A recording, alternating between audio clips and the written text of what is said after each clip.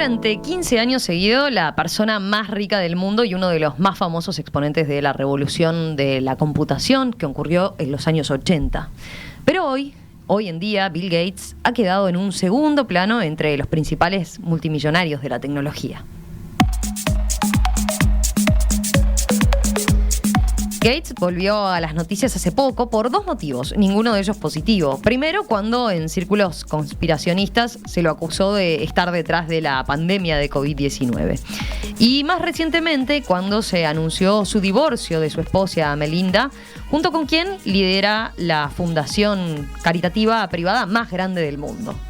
Investigaciones periodísticas revelaron que detrás de la separación se ocultaban acusaciones de prácticas cuestionables cercanas al acoso sexual de Gates, además de vínculos suyos con Jeffrey Epstein, un oscuro personaje que fue encarcelado por trata de personas.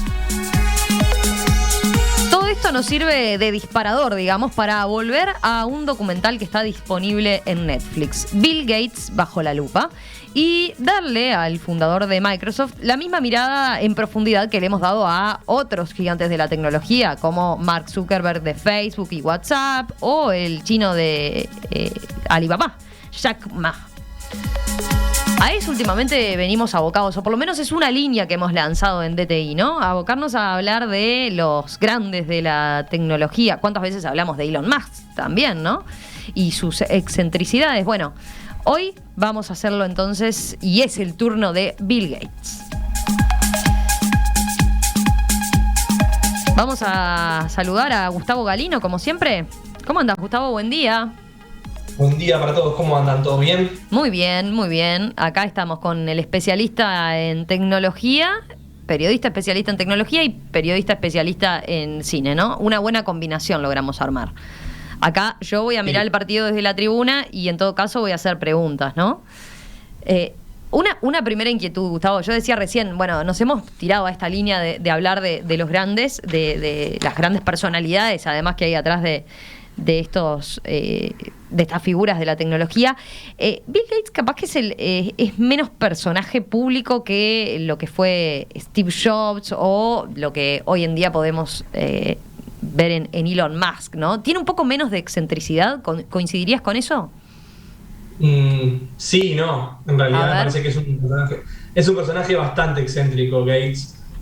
Hay una cantidad de aspectos de su vida que quizás en este documental del cual vamos a hablar hoy no aparecen tan reflejadas, pero que sí a lo largo de su recorrido y de las miles de crónicas periodísticas y que existen y que circulan, algunas obviamente con más fundamentos y otras menos. Siempre ahí hay que tener mucho cuidado en los grises, pero sin duda que casi todas las fuentes confiables que se han acercado a la vida de Gates hablan de un nivel de excentricidad bastante elevado. Ahora, si lo comparamos quizás con otros personajes que han aparecido después, pasa por un personaje un poco más cotidiano, un tipo más normal, entre comillas. Ajá. Quizás por su aspecto, quizás por su propio marketing personal.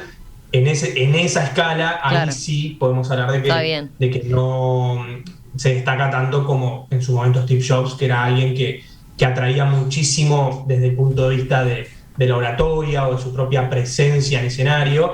Ni que hablar de Elon Musk, que es un poco el que ha tomado la posta como gran figura, como gran showman de la tecnología, y que tiene obviamente otros componentes que son mucho más llamativos que los de Jobs. Pero también eso nos implica entender al personaje en su momento histórico, ¿no? O sea, creo que hablamos y mencioné estos tres personajes y conversamos un poco sobre ellos en otros momentos, y creo que cada uno también maneja su nivel de excentricidad de acuerdo al momento en el cual le tocó tener esa participación tan importante, ¿no? Entonces, bueno, sí y no.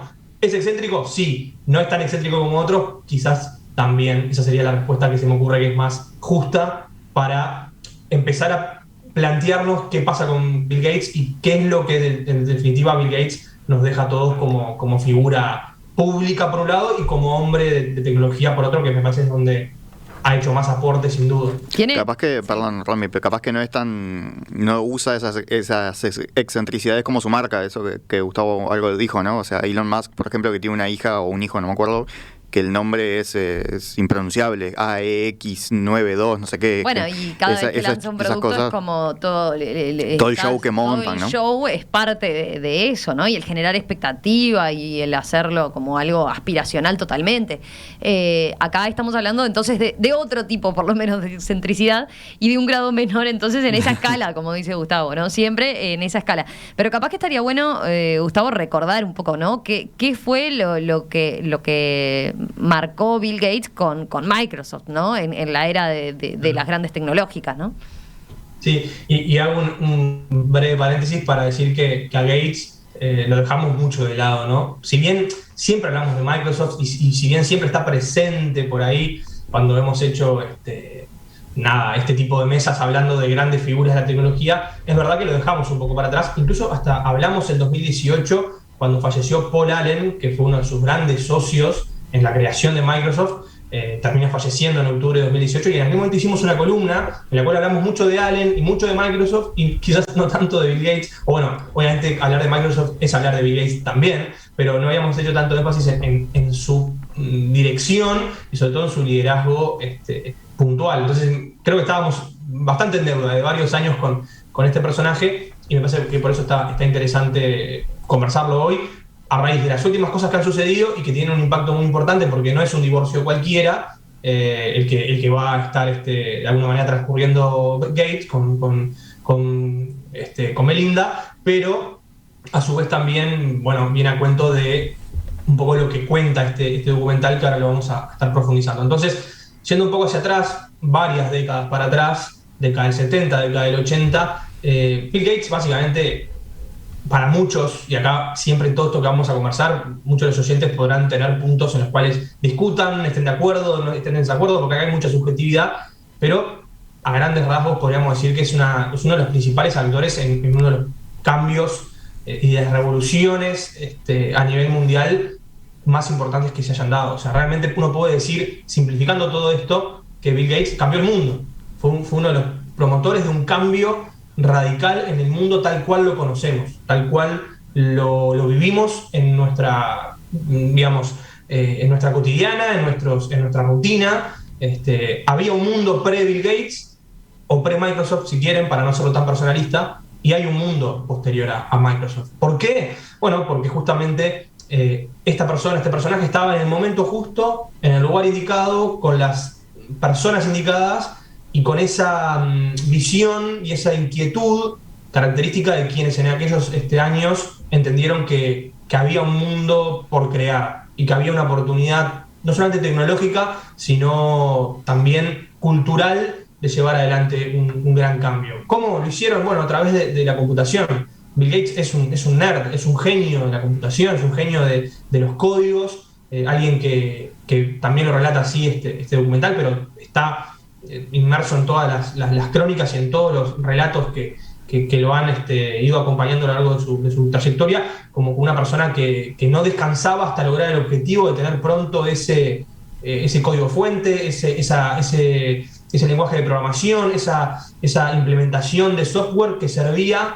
en un momento en el cual comenzaba a expandirse el fenómeno de la industrialización de la tecnología, ¿no? Esto de, bueno, pasamos de grandes computadoras en centros del ejército, en dependencias del Estado y en universidades, y empieza a transformarse en algo doméstico, ¿no? Esto de la computadora en cada hogar. Entonces, ese fenómeno de la década del 70 necesitaba el empuje de esas cabezas privilegiadas que acompañaran esto con la inteligencia de sistemas que permitieran operar esas computadoras, que eran muy complejas, para que cualquiera de nosotros, abuelos, nietos, padres, todos los integrantes de la familia, pudieran de alguna manera operar en distinto nivel, por supuesto, ese tipo de computadoras. Entonces ahí estoy haciendo una simplificación enorme, estoy haciendo un resumen, obviamente, donde me dejo un montón de aspectos muy importantes, pero el concepto es ese, el concepto es, venía creciendo muchísimo la posibilidad de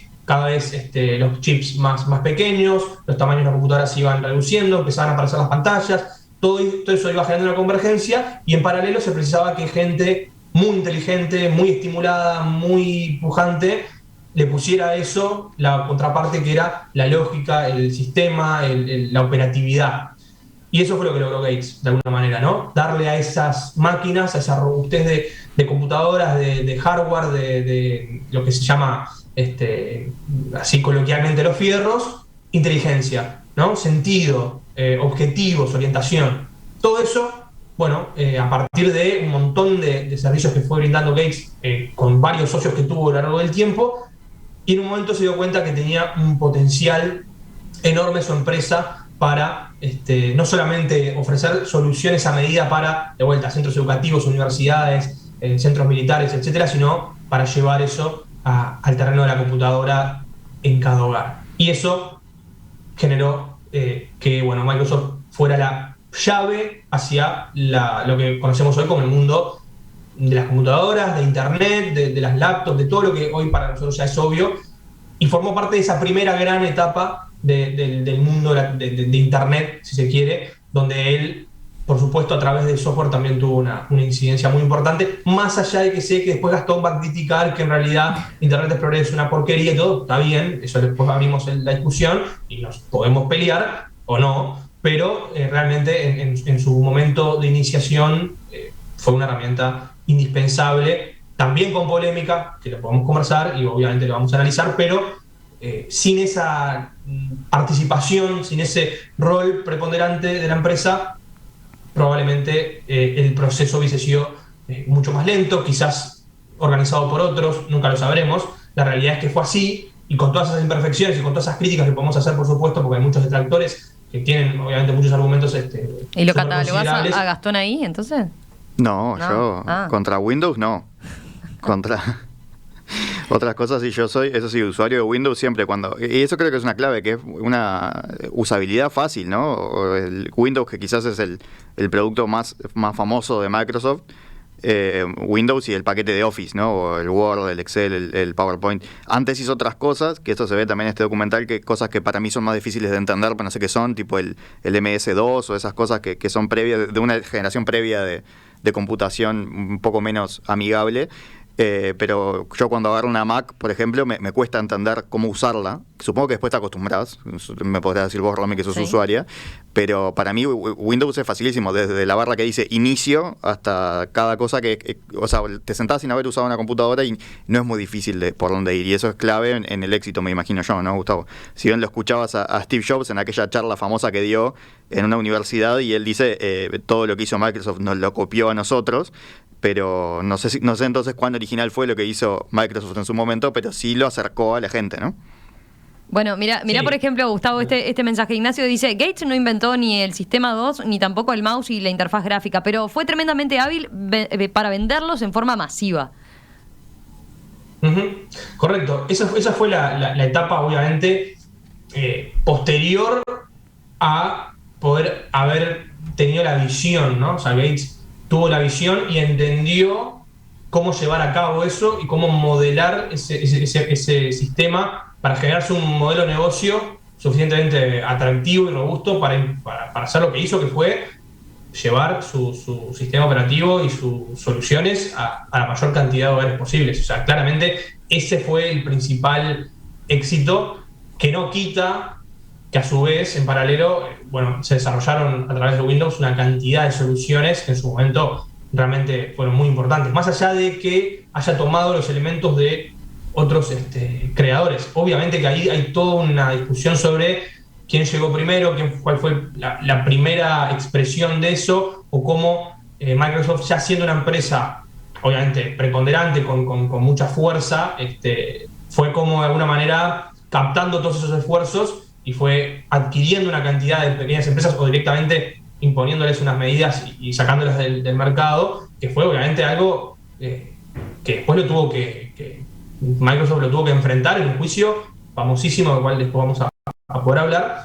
Y bueno, esa segunda etapa, digamos, donde ya con este negocio en marcha Microsoft tomó una cantidad de determinaciones, terminó de imponerse frente a otras soluciones que, a ver, hay que recordar, mencionaba por ahí Gastón el tema de Apple. Apple tuvo también un momento de auge muy importante, quizás hasta en paralelo con Jobs, y ahí tuvieron como una competencia muy grande, y después durante muchos años Apple prácticamente se había retirado del mercado, por decirlo de alguna manera simplista, ¿no? Recién, muchos años después, cuando cambiaron las reglas del juego y cuando entraron otras cuestiones a ser importantes, Apple pudo de alguna manera reconstruir su imagen, su marca y relanzarse. Incluso cuando hablamos de la historia de Jobs, hablamos de que Jobs se fue de la empresa y después volvió, ¿no? O sea, si habrá sido importante la estrategia de Microsoft para poder aniquilar a su competencia, que en esos años, fines de los 80 hasta los fines de la década del 90, de alguna manera fue muchísimo, o sea, fue muy fuerte lo que impuso y fue muy difícil para los competidores poder de alguna manera formar parte de ese fenómeno. O sea, realmente capitalizó y monopolizó, esta palabra tan polémica, ese tipo de decisiones, ¿no? Realmente con cuotas de mercado por encima del 80% en casi todos lados, y teniendo obviamente el sistema operativo más utilizado en aquel entonces por destrozo, y haciendo que los demás o desaparecieran o fueran de alguna manera integrados a la empresa. Así que acá no hablamos tanto de Jobs como un inventor, sino como un capitalizador de, bueno, las soluciones necesarias para un contexto específico en el cual realmente eso lo pudo llevar a un nivel que hasta el día de hoy hace que Microsoft siga siendo una líder del mundo de la tecnología, sin quizás esa visión tan innovadora como otras empresas han tenido o tienen en estos días. Están muy enganchados los oyentes con el tema de la historia de Bill Gates. Por ejemplo, Marcelo dice: la movida de Bill Gates fue darle a IBM en su momento un sistema operativo usable para sus equipos. Tuvo la suerte de moverse rápido y pegar primero. Sí, y ahí hay una cosa muy interesante que Gates hizo como estrategia, que no lo mencionamos, y que está bueno y lo plantea muy bien Marcelo, que es el tema de obviamente las asociaciones, los partnerships, que para aquel entonces no eran cosas muy comunes.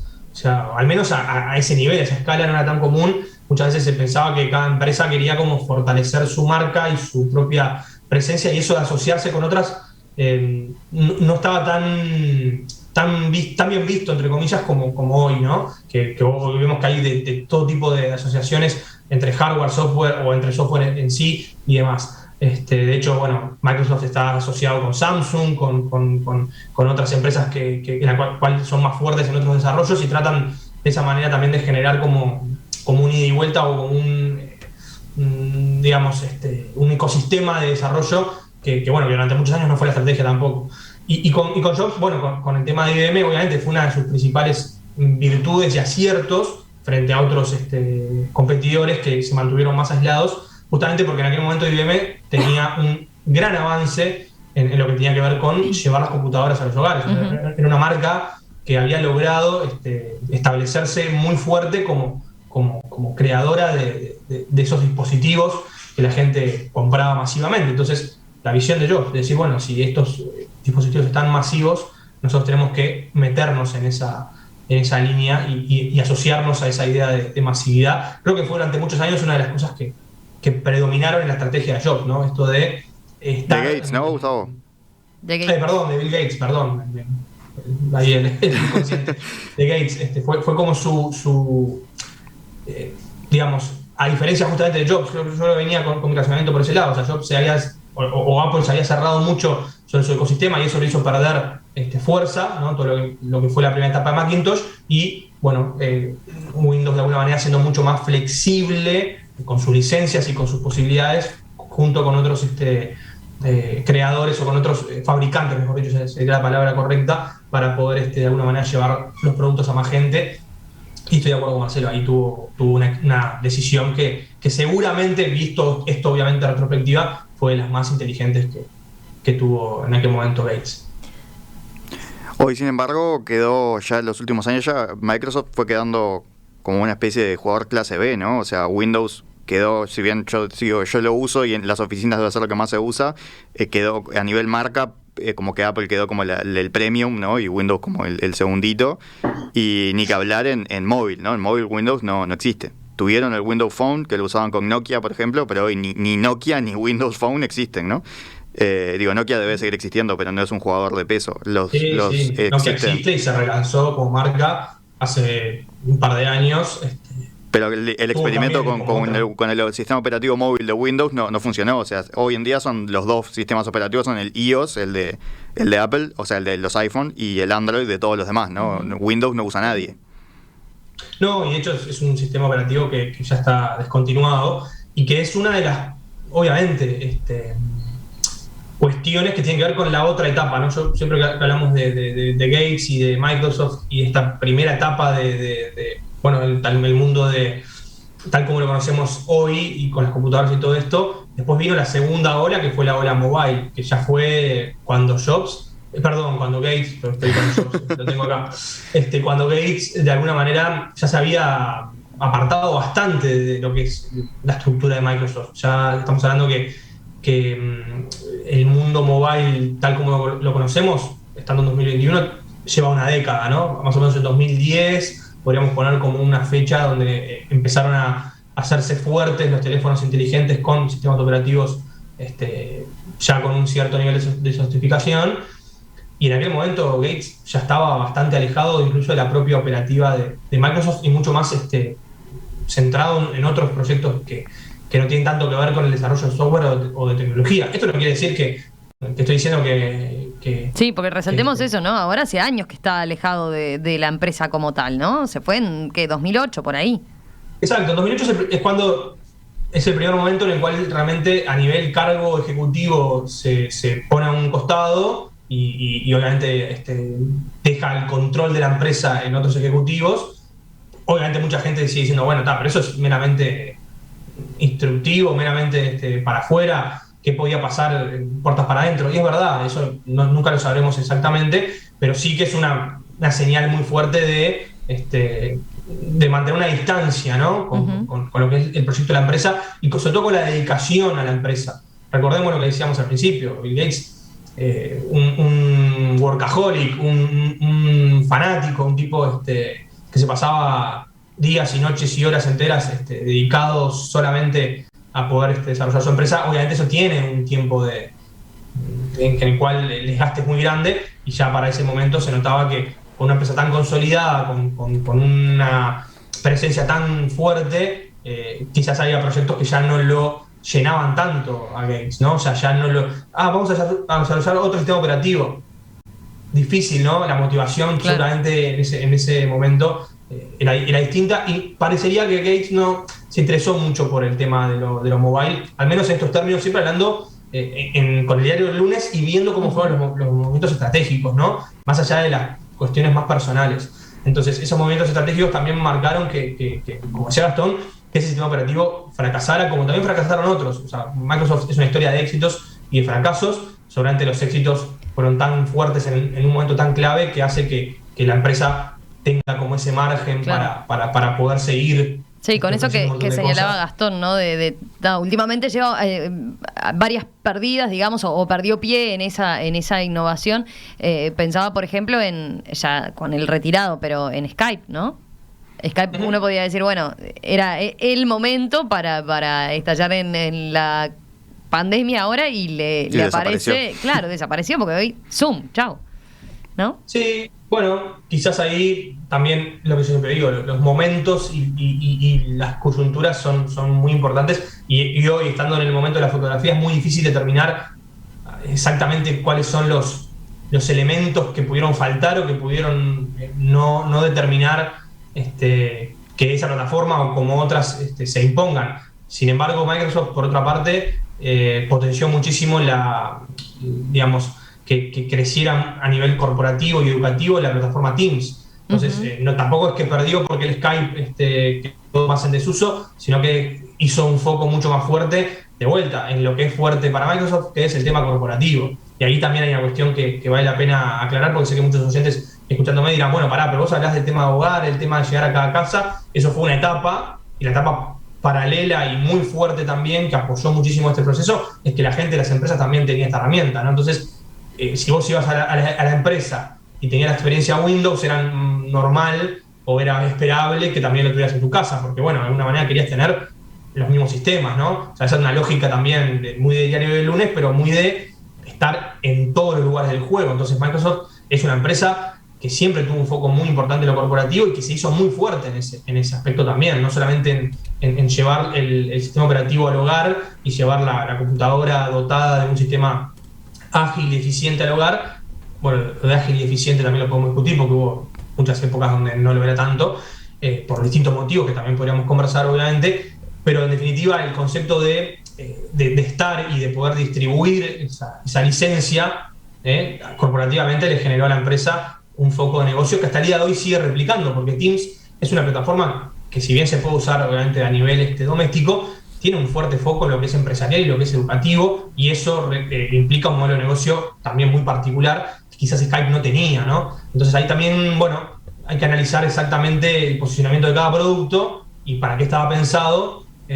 Quizás Skype también cumplió su cometido en su momento y como plataforma no tenía, o sea, quizás haya llegado a un techo, por decirlo de alguna manera, a nivel de innovación, y bueno, por ese lado se entiende que otros competidores ingresen y hagan una mejor performance en términos comparativos. Siempre esto es muy subjetivo porque, bueno, mucha gente quizás pensará que Skype sigue siendo una mejor opción y los números, a veces la estadística marca otra cosa. Hay una respuesta de Bill Gates muy buena que cuando le preguntan en estas comparecencias en el juicio que tuvo la empresa en su momento en la década del 90 sobre cómo se veía a sí mismo, a Microsoft, cómo él consideraba la empresa, ¿no?, frente al resto del mundo, y si era realmente la mejor empresa del mundo, y él contesta, bueno, estadísticamente parecería que sí, ¿no? O sea, los números me dicen que sí, como dejando también abierta esa cuestión de que, bueno, esto es subjetivo, a algunos les gusta más, a otros les gusta menos,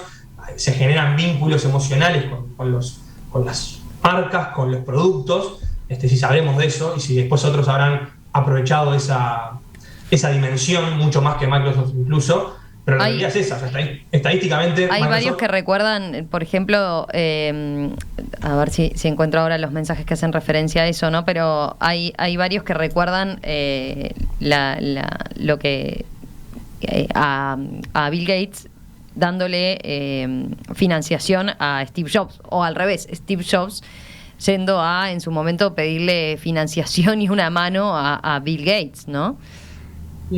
Sí, y en el documental... Estoy mirando, mirá, acá Ignacio nos manda unas fotos que aparece en el estrado, está Steve Jobs, y en una imagen así como gigante, icónica, dice un Gates gigante hablando en una presentación de un Jobs desesperado por financiación. Sí, y en esa presentación, la verdad, fue abucheado Gates. ¿Por qué? Porque representaban dos cosas distintas, ¿no? O sea, en su momento, parte del gran posicionamiento de Apple y de Jobs y más, era como esa mirada más, vamos a ponerle, descontracturada de una cantidad de aspectos de la tecnología, que en realidad, en definitiva, si lo analizamos desde el punto de vista de la estrategia, Apple quiso hacer lo mismo que Microsoft, llevándolo a otros niveles y con otros argumentos, pero la realidad es que el objetivo era generar un ecosistema. Mi computadora, mi sistema operativo, ¿no?, mis propias aplicaciones, un ecosistema propio. Microsoft fue por el mismo lado. Entonces, en eso había muchos puntos en común. Ahora, cómo lo vendían o cómo el marketing influyó en eso, cómo la construcción de marca y de conceptos influyó en eso, obviamente ahí generaron diferencias muy grandes entre los dos. Pero en el documental, como iba a comentar... Hagamos recién una pausa si quieren y nos cuentan enseguida del documental. ¿Les parece? Dale. Muy bien. Mirá, Gustavo Calvo, conductor de La Hora Global, reivindica el Skype. Yo uso Skype en las entrevistas. Es liviano y no se cae. Ahí tenemos un defensor entonces, ¿viste? Ahí ya lo decía Gustavo Galino, su tocayo. Ahí es una cuestión de gustos. Esta mañana en Disrupción, Tecnología e Innovación, nuestra columna de DTI, estamos hablando de Bill Gates, el dueño de Microsoft. Sí, porque le hemos dedicado mucho tiempo a Mark Zuckerberg por Facebook y WhatsApp, a Elon Musk con Tesla y sus otras invenciones. Hemos hablado de Jeff Bezos por Amazon y hasta del multimillonario chino Jack Ma. Bueno, era turno de hablar de Bill Gates, que lo teníamos olvidado.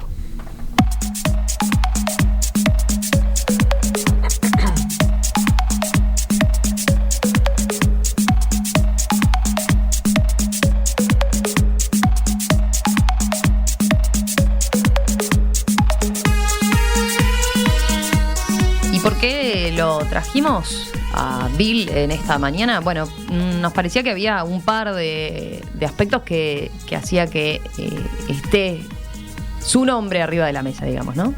Yo los mencionaba recién en su momento por los círculos conspiracionistas que se lo acusó de estar detrás de la pandemia de COVID-19. Ahora, más recientemente, cuando anunció su divorcio con Melinda, también ha dado que hablar.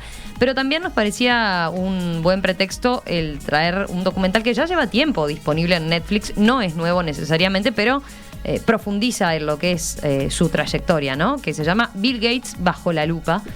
Gastón lo estuvo mirando así muy atentamente. Son 3 episodios, ¿no? Sí, es un documental del 2019, de fines del 2019, no es un documental viejo, ¿no? Es una miniserie, como ha apostado Netflix últimamente, con esos documentales que quizás podrían haber sido un poquito más cortos, y en vez de si fuera una película, capaz que un documental de 3 horas no lo miras, pero bueno, 3 capítulos de 45 minutos, 50 minutos, sí. Y es un documental medio raro, cumple como que abarca 3 aspectos, o sea, la parte de la historia de Microsoft te lo van contando como en todo en conjunto, pero saltando una cosa a la otra, es un poquito desordenado capaz. La parte de cómo Bill Gates se mete en este mundo desde chico, ya en la universidad, o en el liceo incluso, no recuerdo ahora, pero ya era muy joven y le pidieron que él y un compañero juntos desarrollaran el sistema de horarios, porque era muy difícil armar un horario para todo el mundo, porque era un colegio masculino y femenino que se había unido, entonces era mucha gente, había que repartir entre 2 edificios, no sé qué, no le encontraron la vuelta a los horarios, bueno, lo trajeron a él para que le armara el sistema, y como desde ahí ya se había revelado como alguien muy inteligente y con habilidad para los números, digamos, desde muy joven. Eso, después como va generando Microsoft. La segunda línea es como su vínculo con Melinda Gates, esta joven que era en realidad su subordinada, una joven que él la conoce en una conferencia, después charlan en el estacionamiento, terminan saliendo, se terminan casando, y después el trabajo que hace en conjunto ellos dos con la Fundación Bill y Melinda Gates, y ese es como el principal foco del documental. Ahí está, y es la faceta que nos quedaba por cubrir, ¿no? Sí, porque en los últimos 15 años o un poquito más, en realidad Bill Gates se ha dedicado más a eso, como ustedes decían hoy, que se abrió de Microsoft ya en 2007, 2008 por lo menos, desde la parte más diaria, y el año pasado, si no me equivoco, terminó de salir de la empresa y terminó justamente entre acusaciones de que había tenido alguna relación extramatrimonial y como un poco indecorosa, digamos, también con empleadas, no solo una, sino varias, por lo menos varias a las que les había hecho avances, como que parece que era medio famoso en la interna de Microsoft que Bill Gates se sobrepasaba, digamos. No llegaba al acoso, no era una cosa así como este otro Jeffrey Epstein que hablábamos, no era un delincuente, pero sí que ponía incómodas a varias empleadas, parece, ¿no? Y esto empieza a salir ahora con el divorcio, pero parece que también explica por qué él termina de salir definitivamente de la empresa. Y bueno, el foco fundamental del documental es el trabajo de la Fundación Bill y Melinda Gates, que es la fundación privada de caridad más importante del mundo, como decíamos hace un ratito ahí charlando con Emiliano. Uh-huh. Una fundación con capital increíble, porque bueno, no solo tiene a ellos dos, Bill Gates tiene, que es una fortuna valuada en $120 mil millones de dólares.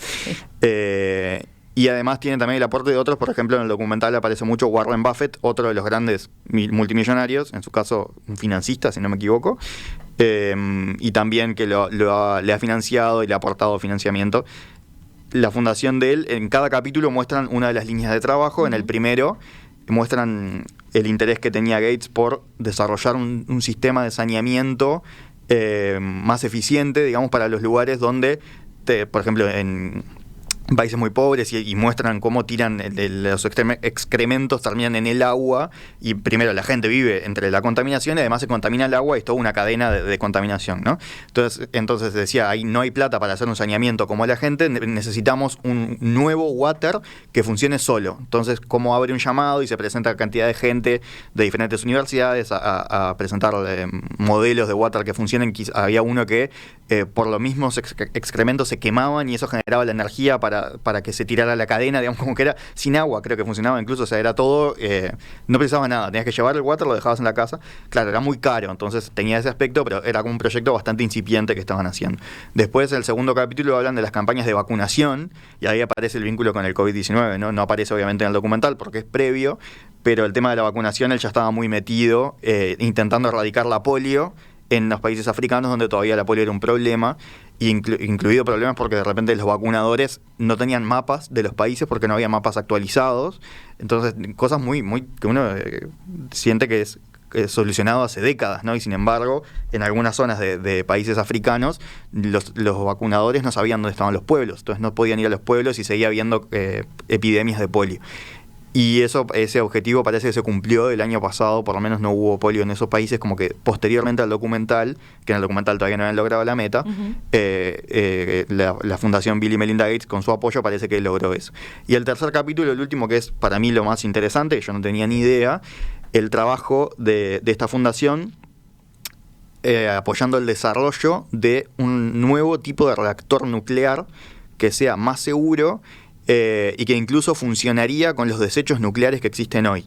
Viste que hay un problema dos problemas grandes tiene la energía nuclear. Uno que es muy impopular por los accidentes, ¿no? Por Chernóbil, por la bomba atómica, por Fukushima. Ellos muestran cómo estaban trabajando, ya iban re avanzados y en 2011 se da el tsunami en Fukushima, en Japón, un accidente nuclear complicado y otra vez, dice, dimos 10 pasos para atrás, ¿no? Otra vez la gente, miedo a la energía nuclear.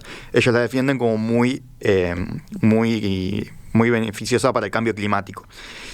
Y ahora estaban desarrollando un nuevo reactor que funcionaría con los desechos de otros reactores, que el problema es qué haces con el material radiactivo, no queda acumulado simplemente. Bueno, esto podría como reutilizar eso, o sea, sería todo un win-win, como dicen en el mundo tecnológico, ¿no? Y ¿qué pasó? Lo estaban desarrollando con China y muestran, se complicó todo cuando gana Trump y empieza esta guerra comercial con China. Pero es impresionante cómo incluso muestran Xi Jinping, el presidente chino, va a Estados Unidos y va a Seattle a reunirse con Bill Gates. O sea, como el poder que tienen estos monstruos de la tecnología, que un tipo como Xi Jinping se tiene que reunir personalmente con él para estas inversiones y este desarrollo que al final quedó trunco, no se sabe qué va a pasar. Y eso es también un foco del documental. Son cosas en las que él trabaja, pero que hasta ahora no había tenido tantos resultados, pero como que él, con esta cabeza que decía Gustavo, de tanto trabajo, igual le seguía metiendo, ¿no? Sí, es un documental interesante que lo deja, terminás el documental diciendo Bill Gates es el uno, ¿no? Ajá. No le pinchan nada. O sea, periodísticamente tiene sus puntos flacos importantes, pero es interesante. Me pareció interesante eso de remarcar, se lo ve como muy involucrado, ¿no? No es solo un tema de beneficencia, ¿no? Él se involucra mucho con los proyectos, por lo visto. Sí. Lo muestran todo el tiempo leyendo libros, parece que él cada tanto se toma una semana, dice las semanas de pensar. Entonces se va a un lugar, tipo cabaña en medio del bosque, con un bolso lleno de libros y no se lleva novelas, sino que se lleva libros sobre energía y sobre población y sobre cambio climático. Entonces él está muy metido en los temas en el día a día, por lo menos así lo ves en el documental, ¿no, Gustavo? No sabemos si efectivamente él estaba tan metido. Sí, es un documental que obviamente parece más producto de una campaña de marketing de la fundación que otra cosa. Es muy obviamente del estilo de promover a la figura por encima de cuestionar algunos aspectos.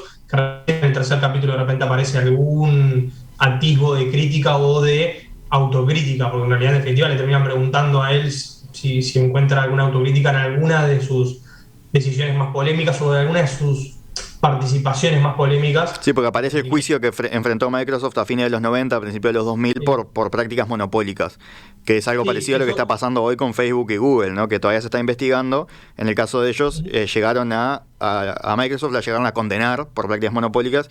Ellos apelan y ganan y terminan zafando, pero también se suele hablar como que eso generó un quiebre en la estrategia de Microsoft, que de ahí en adelante fue menos agresiva y que por eso quizás también hoy en día no es tan fuerte como lo que era en ese momento, ¿no? Pero en ese momento se comían a la competencia.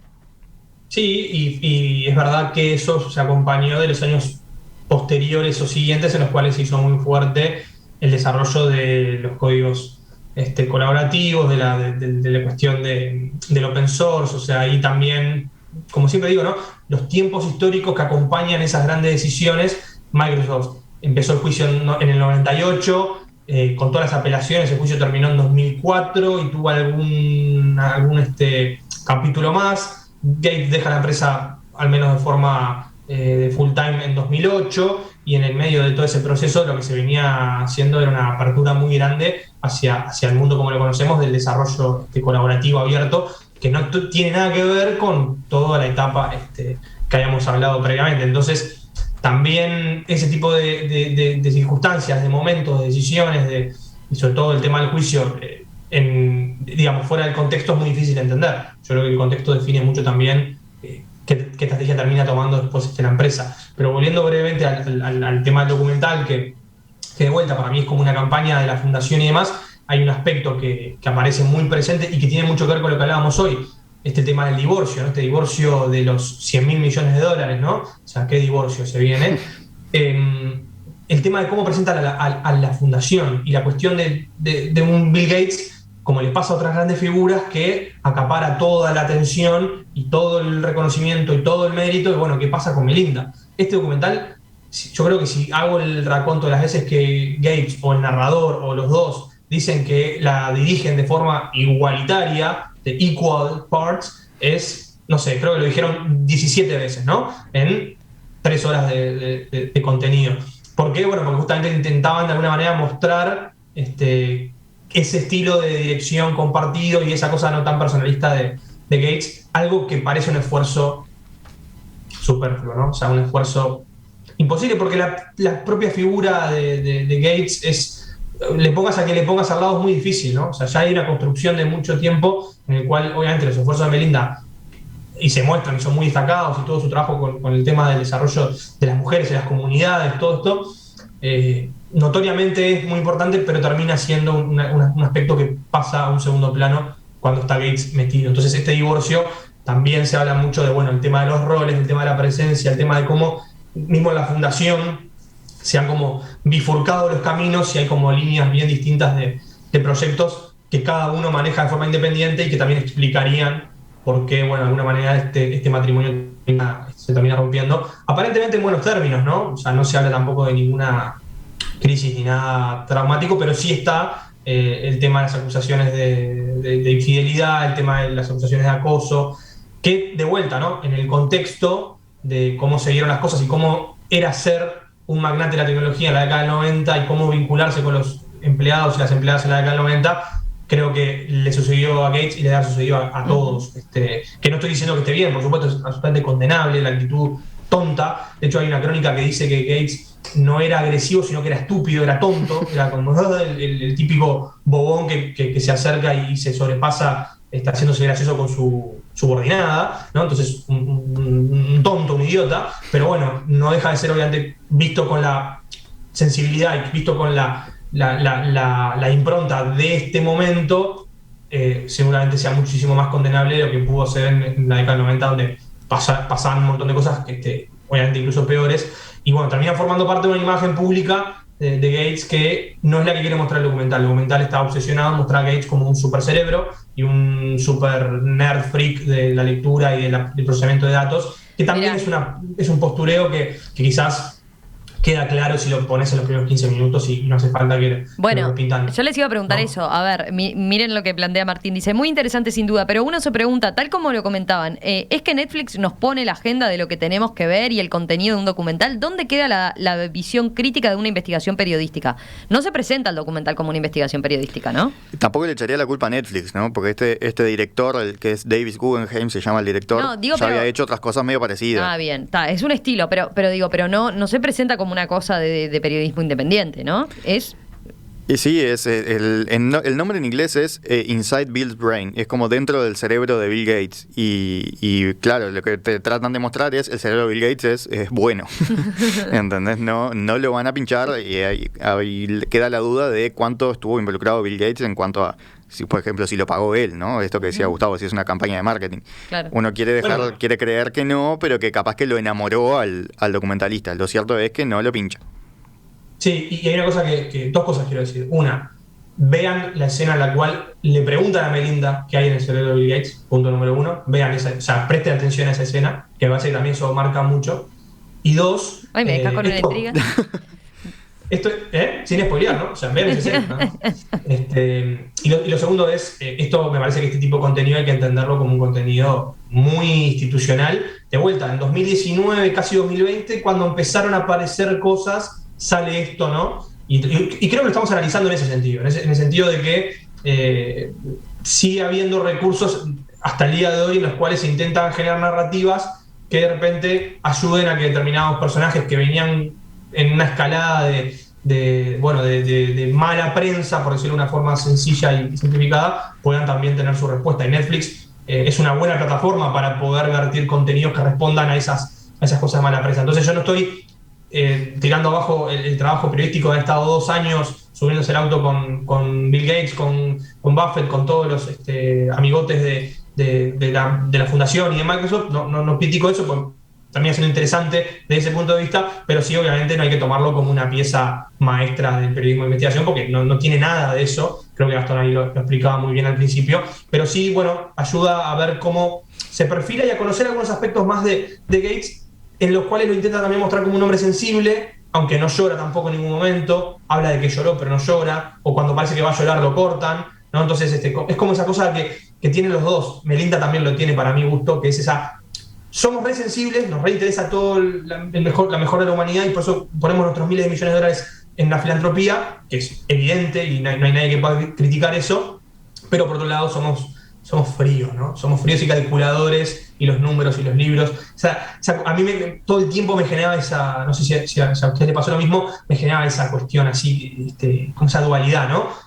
Frialdad por un lado, una frialdad muy notoria con la cual probablemente haya logrado el éxito que tuvo Microsoft, y por otro lado ese intento de mostrarte como un ser sensible, pero no, sí, pero no.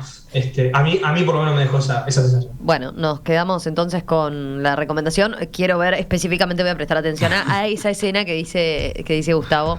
Y volvemos en cualquier momento a hablar de... Rinde esto, me parece, de conocer a los popes de las tecnologías, ¿no? Me parece que ha sido una línea interesante. ¿Qué nos queda, Gustavo? Tenemos que sacar cuentas. ¿Con quién estamos en deuda ahora que cumplimos? Hay varias y varios. Yo creo que podemos agrandar la lista. Y bueno, lo malo de este rato es que no nos da el tiempo para... Capaz se nos escapan cosas, y sé que muchos oyentes dirán, bueno, pero no hablaron de tal tema, y esto fue muy polémico, o esto estuvo mal, mirá que... Bueno, sepan entender que en el ratito que tuvimos intentamos contar la mayor cantidad de episodios o cosas que expliquen el fenómeno, pero en definitiva, bueno, lo interesante es remontarse para atrás y ver lo que dejaron estos fenómenos, ¿no? Lo que nos dejaron positivo, y bueno, también obviamente las cosas que se pueden criticar y mejorar de cara al futuro. Gracias, Gustavo. Nos reencontramos el miércoles que viene. Gracias a ustedes. Un abrazo.